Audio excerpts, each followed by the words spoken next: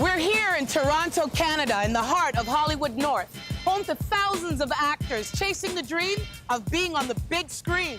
For many actors, their journey starts at the Toronto Monologue Slam, Canada's largest acting showcase. Every month, actors perform in front of a panel of industry professionals for the title of Monologue Slam Champion. On tonight's episode, our judges will choose 3 actors to compete in the final episode for the championship belt. Welcome to the Toronto Monologue Slam on Bell 5.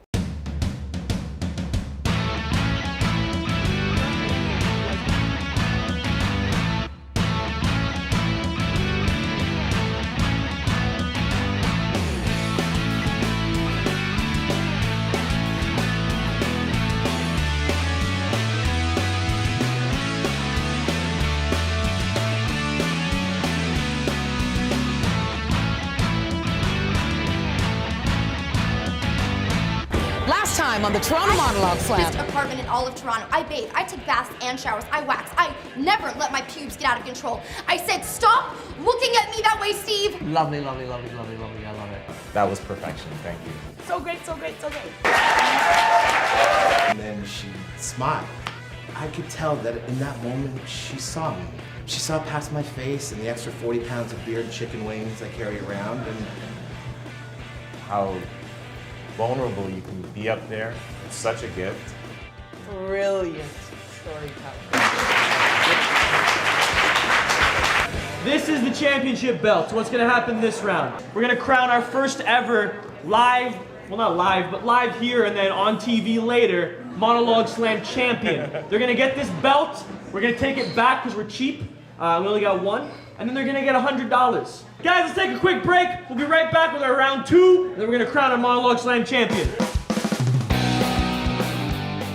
We have an embarrassment of riches. Oh my In Marathon. The scores kind of tell the tale, and we're all in the same zone, but we have such a pack of strength. It's really not picking the top, it's finding the bottom. Let's start off with Blake. He had the hardest job because he had to open the show. He opened it. And he started with such good energy. And told a great love story. He did, from a dog's perspective. To me, like win-win-win. At the beginning, I felt like the physical comedy was kind of a crutch, but I felt like I just kind of like settled in it. Right, so Andrea.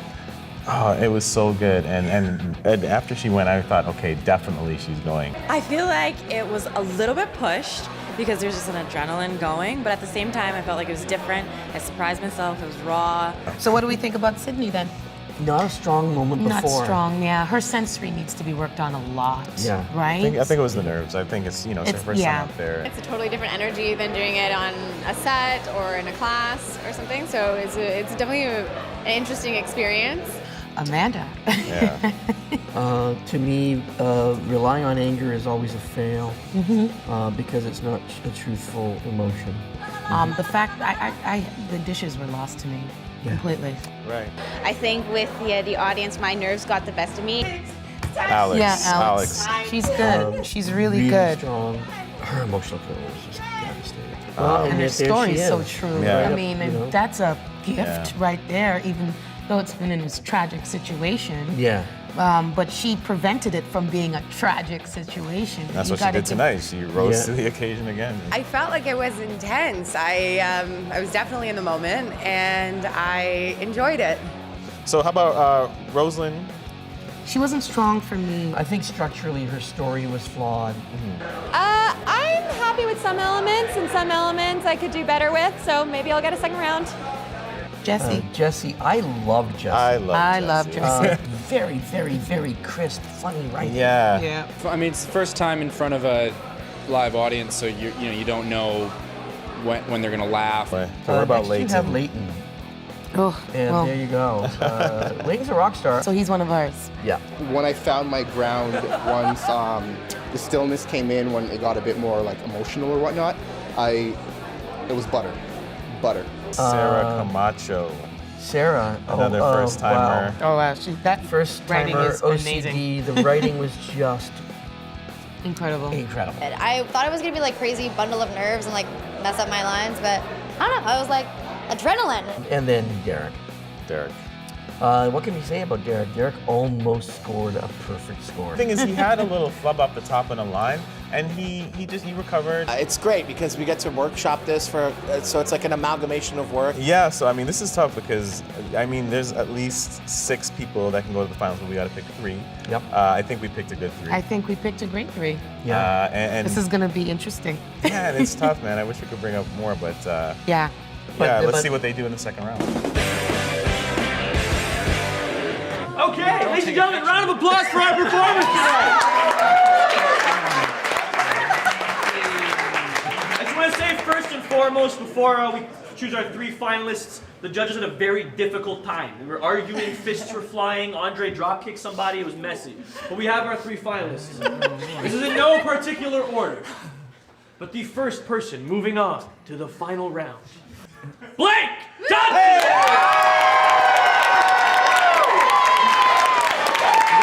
Congratulations.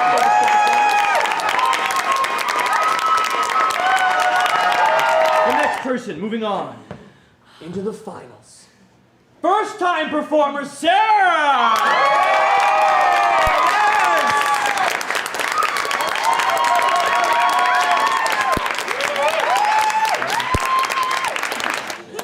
And finally, last but not least, everyone's favorite sad person, Jesse!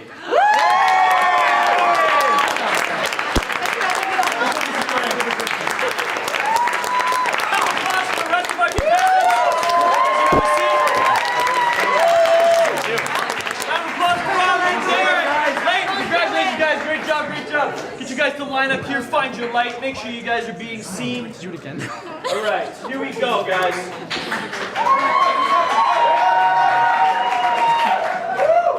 This is the part where it gets interesting, let me tell you right now. It's gonna get very, very, very interesting.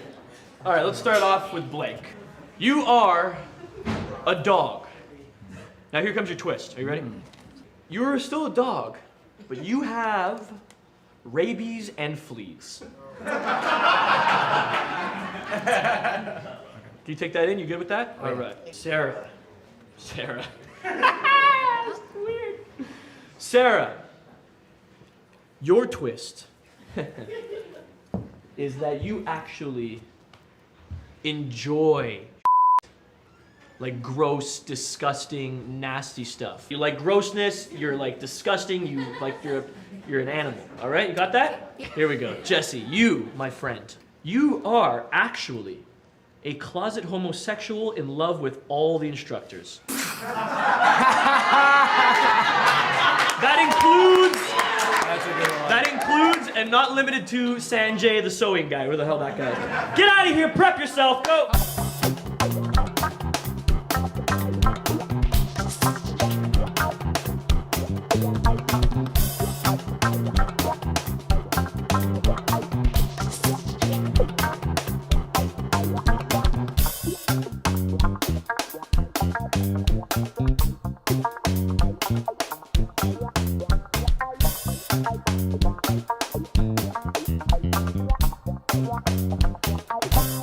Ladies and gentlemen, performing in his final round, Blake with rabies. Oh my God! Is that Sheila the sitcom? Oh, you been? Oh, you smell amazing. Your coat is blow-dried. Fancy new collar.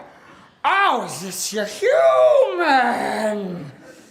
Well, that's a leg I'd like to climb.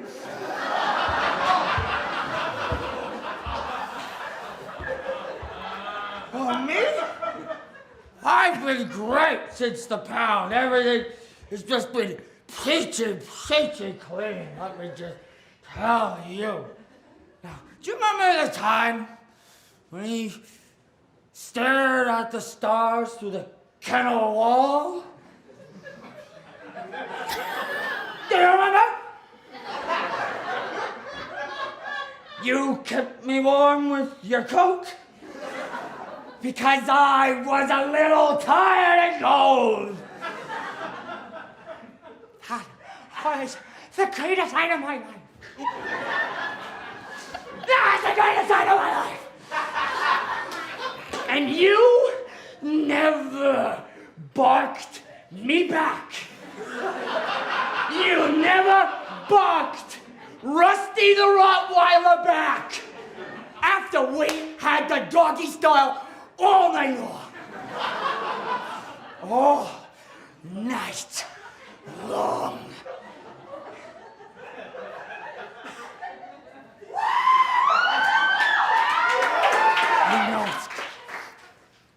You know what I am capable of, and if it were up to me, we would be sharing the same doghouse. We would be chewing the same wires and scratching the same sofas. Have you ever felt Peruvian leather on your paws?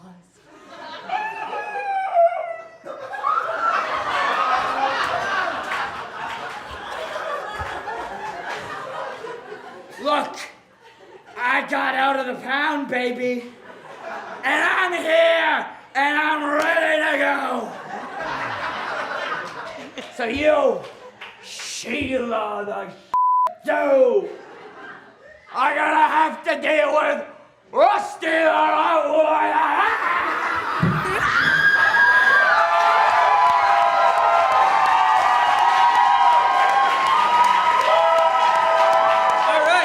Next up, the closet homosexual in love with all of the people he's been seeing his wife with, Jesse. Oh, we're not gonna be late, Nicole. Now, if you would just sit down for a second, I promise I will drive like a maniac to get us there early, just like last week. And you'll have time to get your tea and stretch and flirt with the instructor. Now, please. I like taking these classes with you. I want to make that clear. I liked Waltz 101, loved Waltz 202. I liked Social Waltz and Wedding Waltz. I liked Sewing with Sergey. And Portuguese Film Appreciation with Hidalgo.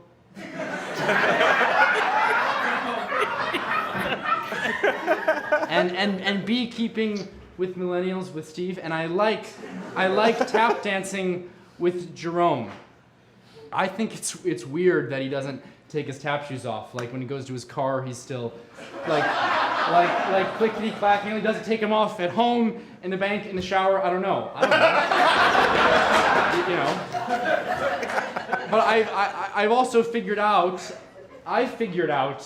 why you like taking these classes. It's because you like being taught things. I mean, you like it. You like it deep. You like it deep down in your, and I know that you fell in love with me when I taught you how to cook. When I told you to put, the spices in with the onions instead of at the end. I could feel you liking that, and I know it turns you on when someone just gently corrects you. And I'm not going to pathologize that, that's fine. But I also know that you don't love me anymore and haven't for a while. And that's why we're signing up for all these classes. But I want to make one thing clear. I'm not going to break up with you. Because I love you. I do love you still. And so I really need you to step up and do it. You can keep having Jerome come over and just hold your little waist while you practice your frapscat ball changes. But I'm gonna be in this thing until you tell me to leave. You can look at me as little as you like. I'm gonna stay. So you need to do it. So, after class tonight, I'm gonna wait in the car while you talk to him. And I want you to know that if you leave with him,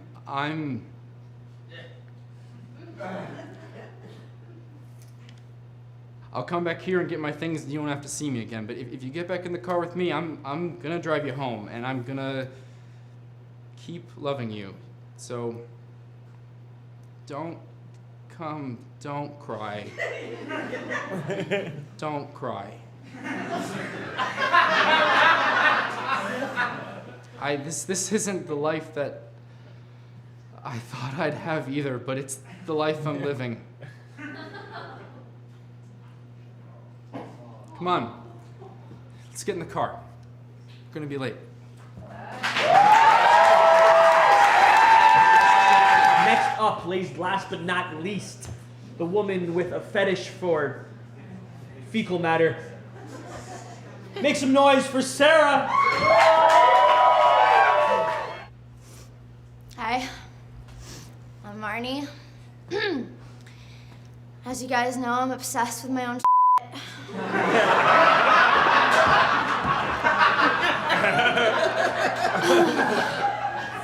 So big week. I took the trash out. Wasn't like trash. It was more like this like bucket in my living room. Don't look at me that way, Steve. All right, you still carry around that teddy bear. The point is, I actually got some sleep this week. And he even let my mom use a coaster on Wednesday. Okay, good. I did my homework. I took a shower. All the water was like all over me. It was like washing me. Anyway, it was like all way overwhelming. So, I mean, I went for a walk. But like there was all these clean kids running around and all this mowing of grass and cleaning of the car, and I just felt so nauseous, so I ran into the local coffee shop to vomit. And when the barista gave me that like key that's really long, which totally has AIDS. That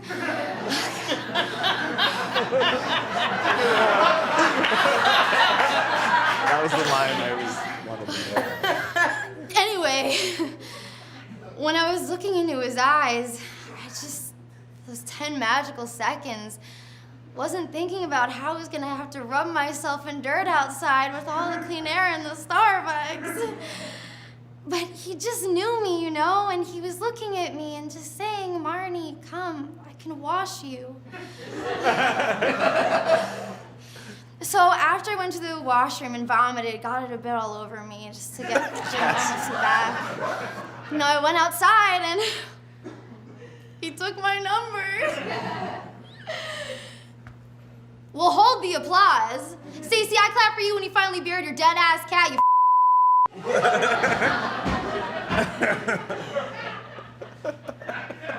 Sorry. It's rude. Now, like, I'm not up to speed on the whole texting game and, you know, but it's been like 83 hours and 47 minutes. Like, he should have said something, right? Anything. I mean, maybe he smelled all the crap on me and he was just like, get her away from me, and just like gave me his number out of like scared. But, you know, it just felt so real, you guys. God, my hair's also been itching like crazy lately. It feels so good. Oh, I think I have like lice or something, you know? You know, all those kids were running around. I kind of was just wanting to be like, I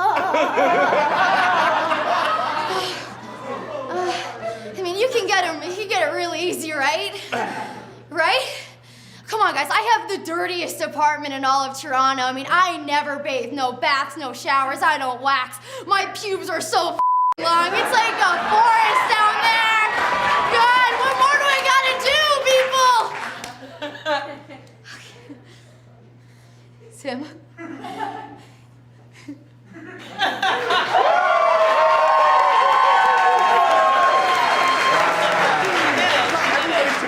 Now what's going to happen here is we're gonna go to you, the audience, to pick our first ever televised Monologue Slam champion. How exciting is that? All right, guys, take your time and go. Come back.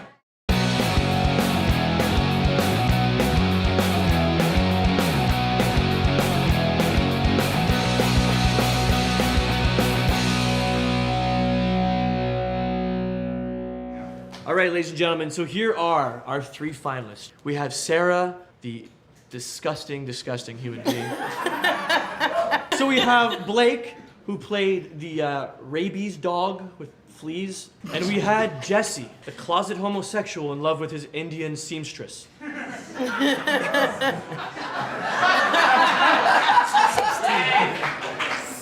I also happen to be a part-time seamstress. And finally, we have this envelope. Taking home the first ever, ladies and gentlemen, $100 and Monologue Slam champion on Bell 5, TV1, is... God! Blake!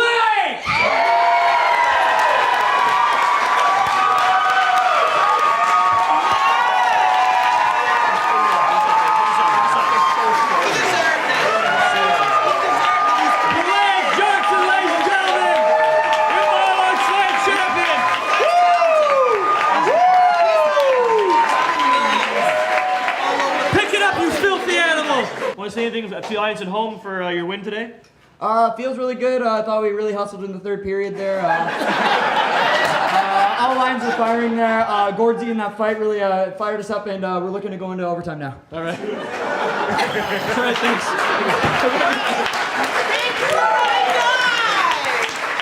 All right, ladies and gentlemen, but that is not the only thing that Blake has won. And it's not just Blake that's won. Where's the rest of our cast? Everyone get back on stage real quick. You guys have all won something this evening. You guys have all won, yeah. Plot twist!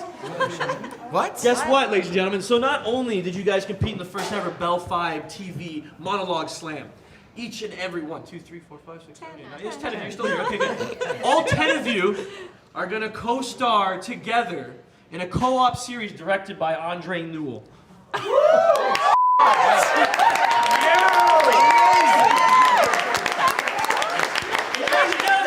Just about the slam, it's about cooperating and working together as a bunch of Toronto sexy actors. Round of applause for these 10.